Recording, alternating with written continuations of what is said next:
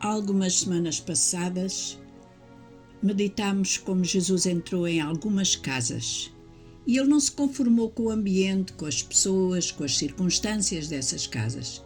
Ele permaneceu o mesmo, mas transformou o que era preciso transformar. Jesus entrou na casa de Pedro para curar e quando ele entra na casa de um doente não o deixa igual. Mateus capítulo 8 relata como ele curou a sogra de Pedro e como nessa tarde muitos enfermos foram trazidos a ele para serem curados. Jesus ainda cura hoje. Não há doença tão grande, mal mais misterioso, que o seu poder não encontre e transforme. E ainda hoje e aqui os milagres podem acontecer. Quando ele entra numa casa, as necessidades são supridas. Mateus 17 conta a história invulgar da necessidade de Pedro e do próprio Jesus pagarem os impostos. Quando chegaram a casa, Jesus instruiu Pedro para ir pescar, pois encontraria na boca do primeiro peixe uma moeda suficiente para pagar os impostos de ambos.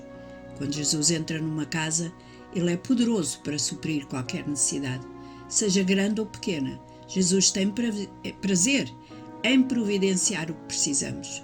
Todos os que precisam de um milagre nas suas finanças, numa situação em que seja necessário mudança ou uma abertura para um caso muito complicado, se convidar Jesus para a tua casa, ele vai mudar. Muita gente entra nas nossas casas por várias razões. Jesus entra para abençoar.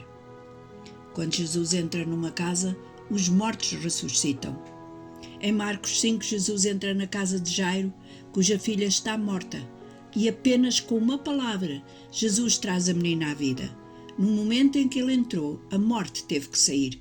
Como podemos ter uma vida morta se amamos um Jesus que está vivo? Como podemos ter um casamento morto se queremos num Jesus que venceu a morte? Impossível. O facto é que possivelmente ele ainda não entrou. Está à porta, batendo.